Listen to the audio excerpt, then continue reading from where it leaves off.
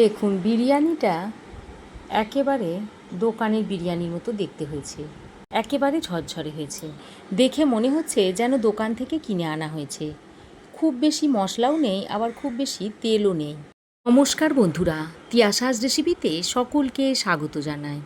আজ আমি আপনাদের সঙ্গে খুবই সুস্বাদু ও দারুণ টেস্টি একটা ঝরঝরে বিরিয়ানি রেসিপি শেয়ার করতে এসেছি। ঘরে থাকা সামান্য কয়েকটা উপকরণ দিয়ে রেসিপিটা আমি আপনাদের খুব সহজভাবে বানিয়ে দেখাবো। তো দেখতে থাকুন এই রেসিপিটা আমি কিভাবে বানাই। চিকেন বিরিয়ানি বানানোর জন্য প্রথমেই আমি একটা বড় পাত্রের মধ্যে নিয়ে নিচ্ছি 500 গ্রাম বাসমতি নাফিস চাল।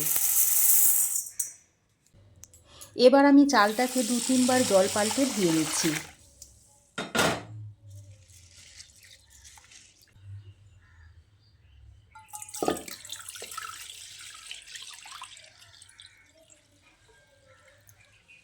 দেখুন চালটাকে 3-4 বার ভালো করে জল পাল্টে ধুয়ে নিয়েছি। তারপর আরও কিছুটা পরিষ্কার জল দিয়ে চালটাকে ভিজিয়ে 30 মিনিট এক সাইডে রেখে দিচ্ছি। ততক্ষণে বিরিয়ানির জন্য চিকেনটাকে একটু ম্যারিনেট করে নিতে হবে। তার জন্য একটা বড় বাটির মধ্যে নিয়ে নিচ্ছি এই 600 গ্রাম মতো চিকেন। এখানে 600 গ্রাম চিকেন ভালো করে ধুয়ে পরিষ্কার করে একটু বড় সাইজ করে চিকেনগুলোকে কেটে নিয়েছি। এবার চিকেনটা ম্যারিনেট করার জন্য চিকেনের মধ্যে দিয়ে দিচ্ছি 1 চামচ মতো গোলমরিচের গুঁড়ো, দিয়ে দিচ্ছি 1 চামচ বিরিয়ানি মশলা, কাশ্মীরি লঙ্কার গুঁড়ো দিয়ে দিচ্ছি ছোট চামচের 1 চামচ, আদা ও রসুনের পেস্ট দিয়ে দিচ্ছি 2 টেবিল চামচ। এখানে আদার পরিমাণটা রসুনের থেকে একটু বেশি আছে। দিয়ে দিচ্ছি স্বাদ মতো নুন। আর এখানে আমি 100 গ্রাম মতো টক দই নিয়েছি, সেটা এর মধ্যে দিয়ে দিচ্ছি। তারপর সমস্ত কিছু একসঙ্গে চিকেনের গায়ে ভালো করে মিশিয়ে নিচ্ছি। মশলাটা চিকেনের গায়ে খুব ভালো করে মিশিয়ে নিতে হবে। দেখুন চিকেনটা ম্যারিনেট করা হয়ে গেছে। এবার আমি এটাকে আধ ঘন্টা রেস্টে রেখে দিচ্ছি। তবে আপনাদের হাতে যদি সময় বেশি থাকে তাহলে আরও 2 ঘন্টা কি 4 ঘন্টা কিংবা ওভারনাইটও রেখে দিতে পারেন। চিকেনটা ম্যারিনেট করা হয়ে গেলে একে এক সাইডে রেখে দিয়ে এবার এখানে নিয়েছি কিছু আলু। 4টে আলুকে আমি 2টো করে ভাগ করে নিয়েছি, এরকম বড় বড় টুকরো করে নিয়েছি। এবার এই আলুর মধ্যে দিয়ে দিচ্ছি অল্প পরিমাণে একটু নুন, আর এর মধ্যে দিয়ে দিচ্ছি অল্প সামান্য একটু ফুড কালার। এবার নুন আর ফুড কালারটা দিয়ে আলুর সঙ্গে ভালো করে মাখিয়ে নিচ্ছি। এইভাবে যদি ফুড কালার দিয়ে আলুর গায়ে মাখিয়ে নেন তাহলে একেবারে বিরিয়ানিটা দেখতে রেস্টুরেন্টের মতো লাগবে। দেখুন আলুর গায়ে নুন আর ফুড কালারটা মাখিয়ে নিয়েছি। এবার এটাকেও আমি এক সাইডে রেখে দিচ্ছি।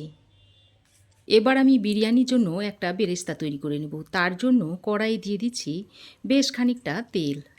এখানে আমি সাদা তেলটা দিচ্ছি। এখানে আমি 150 গ্রাম মতো পেঁয়াজ এরকম মিহি করে কুচিয়ে নিয়েছি। এবার এর মধ্যে থেকে অর্ধেক পেঁয়াজটা এই তেলের মধ্যে দিয়ে বেরেস্তা বানিয়ে নেব। বাকি অর্ধেক পেঁয়াজ আমি রেখে দেব চিকেনটা রান্নার জন্য। এবার পেঁয়াজটাকে অনবরত নেড়ে চেড়ে পেঁয়াজের একটা বেরেস্তা তৈরি করে নিতে হবে। দেখুন বেশ খানিকক্ষণ নেড়ে চেড়ে পেঁয়াজটাকে আমি ভেজে নিয়েছি। আমি এর থেকে আর বেশি পেঁয়াজটাকে ভাজবো না। এবার আমি পেঁয়াজটাকে তুলে নিচ্ছি। দেখুন ঠিক এই রকম কালার করে পেঁয়াজটাকে আমি ভেজে নিয়েছি। আর বেশি পেঁয়াজে কালার আনবো না, তাহলে আবার তেঁতো হয়ে যাবে। দেখুন পেঁয়াজ ভেজে তুলে নেওয়ার পর ওই তেলের মধ্যে এবার আমি আলুগুলোকে ভেজে নেব। আলুগুলোকে তেলের মধ্যে দিয়ে নাড়াচাড়া করে একটু লালচে করে ভেজে নেব। আর আলুগুলোকে একটু লো ফ্লেমে ভেজে নিতে হবে। মিডিয়াম টু লো ফ্লেমে যদি আলুগুলোকে ভেজে নেওয়া হয় তাহলে আলুটা খুব তাড়াতাড়ি নরম হয়ে আসবে। আর আলুটা খুব সুন্দরভাবে ভাজাও হয়ে যাবে। দেখুন আলুগুলোকেও আমি বেশ সুন্দর লালচে করে ভেজে নিয়েছি। আর বিরিয়ানির আলু যত লালচে করে ভাজবেন দেখতে কিন্তু তত সুন্দর লাগবে। এবার আমি এই ভাজা আলুগুলোকে তুলে নিচ্ছি। এবার আলু ভেজে তুলে নেওয়ার পর ওই তেলের মধ্যে দিয়ে দিচ্ছি কিছু গোটা গরম মশলা। এখানে আছে এলাচ, লবঙ্গ, দারচিনি, আর দিয়ে দিচ্ছি একটা তেজপাতা। তারপর ফোড়নটাকে একবার নেড়েচেড়ে নিয়ে এর মধ্যে বাকি যে পেঁয়াজটা রেখে দিয়েছিলাম সেটা আমি চপারে কুচিয়ে এর মধ্যে দিয়ে দিচ্ছি।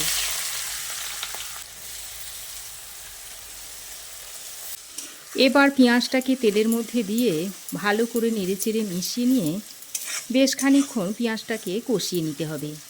পেঁয়াজটা তেলের সঙ্গে বেশ কিছুক্ষণ ভেজে নিয়েছি। দেখুন বন্ধুরা, পেঁয়াজটাকে বেশ কিছুক্ষণ তেলের সঙ্গে ভেজে নিয়েছি। এবার এর মধ্যে রঙের জন্য একটু দিয়ে দিচ্ছি কাশ্মীরি লঙ্কার গুঁড়ো। কাশ্মীরি লঙ্কার গুঁড়োটা দিয়ে ভালো করে পেঁয়াজের সঙ্গে মিশিয়ে নিতে হবে। এবার যে চিকেনটা আমি আধ ঘন্টা ধরে ম্যারিনেট করে রেখেছিলাম সেই চিকেনটা এর মধ্যে দিয়ে দিচ্ছি। চিকেনটা দিয়ে মশলার সঙ্গে ভালো করে কষিয়ে নিচ্ছি। চিকেনটা দিয়ে সব কিছুর সঙ্গে একবার ভালো করে নেড়ে চেড়ে মিশিয়ে নিয়ে এবার যে বাটিটাতে চিকেনটা ম্যারিনেট করে রেখেছিলাম সেই বাটিতে সামান্য একটু জল দিয়ে ধুয়ে মশলাটা দিয়ে দিচ্ছি। এবার জলটা দিয়ে চিকেনের সঙ্গে ভালো করে মিশিয়ে নিচ্ছি। যে পেঁয়াজ বেরেস্তাটা আমি ভেজে রেখে দিয়েছিলাম সেটা থেকে অর্ধেক নিয়ে এই চিকেনের সঙ্গে দিয়ে দিচ্ছি। সঙ্গে দিয়ে দিচ্ছি 1 চামচ মতো কেওড়া ওয়াটার, দিয়ে দিচ্ছি 1 চামচ রোজ ওয়াটার, 2-3 ড্রপ মতো মিঠা আতর দিয়ে দিচ্ছি। এবার এগুলো দিয়ে আরও একবার চিকেনের সঙ্গে ভালো করে মিশিয়ে নিচ্ছি। খুব ভালোভাবে মেশানো হয়ে গেলে এবার এটাকে বেশ কিছুক্ষণ সময় ধরে কষিয়ে নিতে হবে। এবার আমি একটু ঢাকা দিয়ে দিয়ে কষিয়ে নিচ্ছি। দেখুন ঢাকা দিয়ে চিকেনটাকে আমি বেশ কিছুক্ষণ ধরে কষিয়ে নিয়েছি। তারপর চিকেনটাকে একটু ভালোভাবে নেড়েচেড়ে মিশিয়ে নিয়ে এবার এর মধ্যে আলুগুলো দিয়ে দিচ্ছি।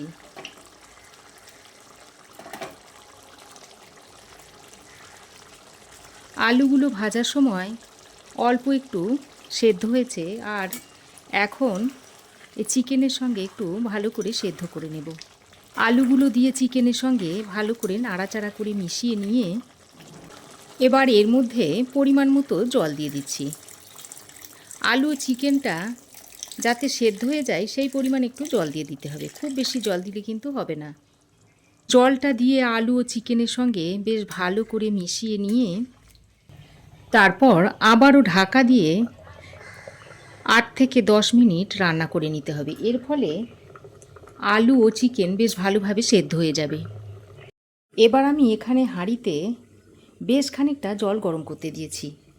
এই গরম জলের মধ্যে দিয়ে দিচ্ছি 3 চামচ নুন,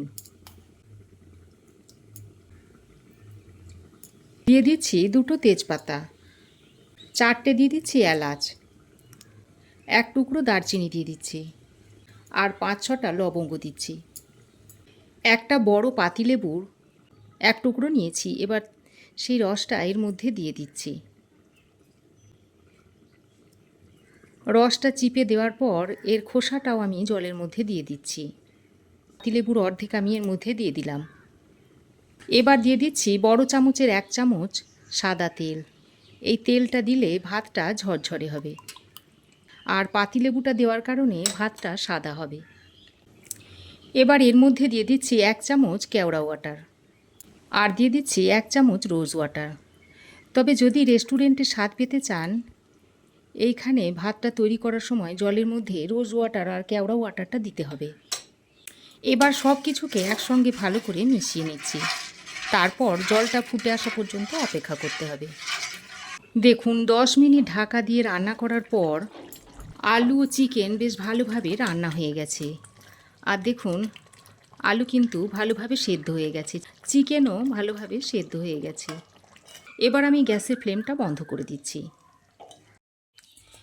এবার আমি এর মধ্যে থেকে আলু ও চিকেনটাকে আলাদা করে নিচ্ছি।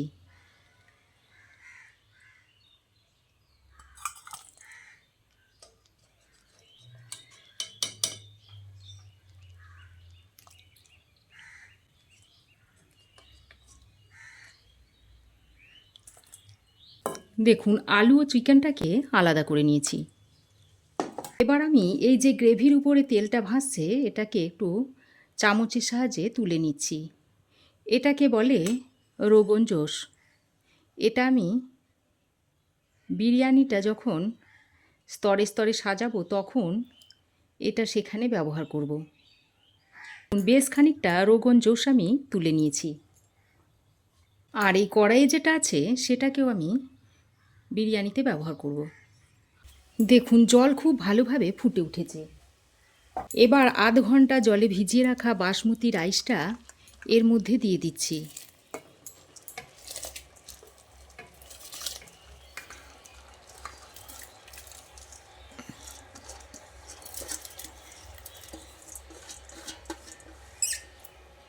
চালটা দিয়ে একবার ভালো করে নেড়ে চেড়ে নিতে হবে।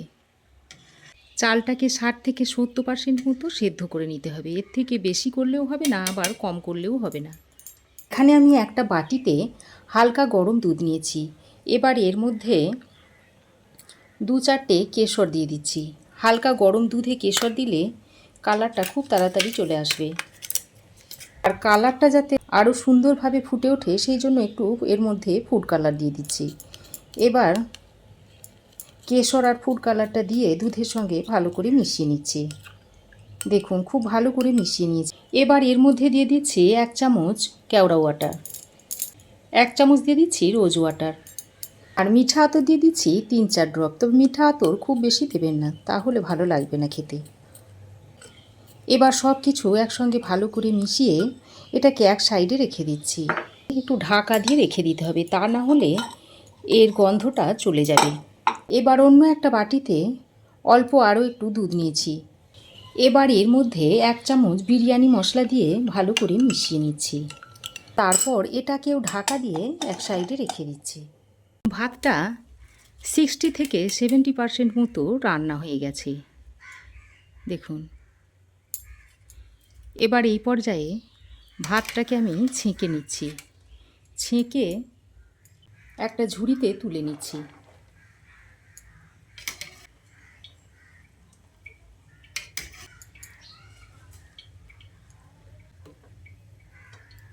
আর লেবুর খোসাটা দেখুন তুলে ফেলে দিচ্ছি। দেখুন সমস্ত ভাত আমি তুলে নিয়েছি আর লেবুর খোসা দুটো ফেলে দিয়েছি। এবার আমি এই হাঁড়ির মধ্যে বিরিয়ানিটা করে নেব, তাই এর মধ্যে প্রথমেই 1 চামচ মতো ঘি দিয়ে দিচ্ছি। ঘিটা দিয়ে এইভাবে হাঁড়ির সমস্ত গায়ে লাগিয়ে নিতে হবে। এবার যে চিকেনের গ্রেভিটা ছিল সেটা এই হাঁড়ির মধ্যে দিয়ে দিচ্ছি। তারপর এর উপরে ভাতগুলো দিয়ে দিচ্ছি।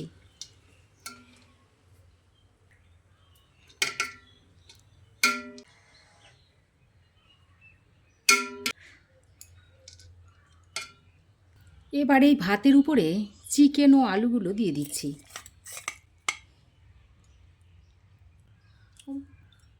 দেখা এবার এর উপরে কিছু পেঁয়াজ বেরেস্তা দিয়ে দিচ্ছি। এবার দুধে যে বিরিয়ানি মশলাটা গুলে রেখেছিলাম সেটা দিয়ে দিচ্ছি। অর্ধেকটা দিয়ে দিলাম আর বাকি অর্ধেকটা উপরে দিয়ে দেবো। অল্প একটু চিনি ছড়িয়ে দিচ্ছি। এবার যে কেশর, মিঠা আতর, রোজ ওয়াটার আর ফুড কালারটা মিশিয়ে রেখেছিলাম তার থেকে অল্প একটু এর মধ্যে দিয়ে দিচ্ছি।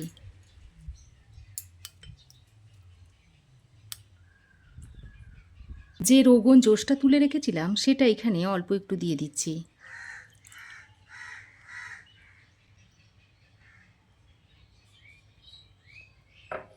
এবার এর উপরে আবারও 1 পরত ভাতটা দিয়ে দিচ্ছি।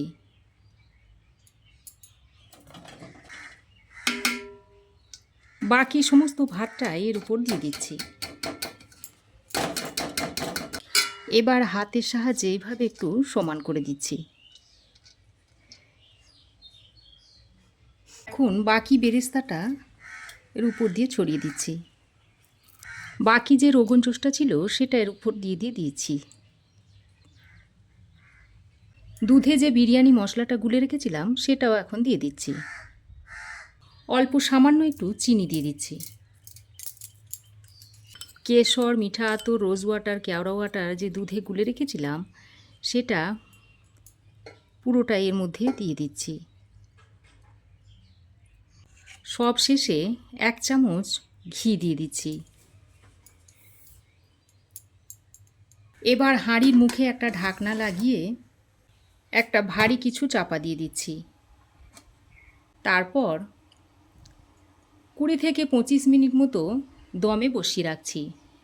প্রথমে 5 মিনিট হাই হিটে বসিয়ে রাখার পর বাকি 20 মিনিট লো টু মিডিয়াম ফ্লেমে বসিয়ে রেখে দিতে হবে। দেখুন 25 মিনিট পর আমি ফিরে এসেছি। দেখুন বিরিয়ানিটা কত সুন্দর দেখতে লাগছে। এখন আমি বিরিয়ানিটাকে নামিয়ে নিচ্ছি। বিরিয়ানিটা নামানোর পর এইভাবে একটু ঝাঁকিয়ে নিতে হবে।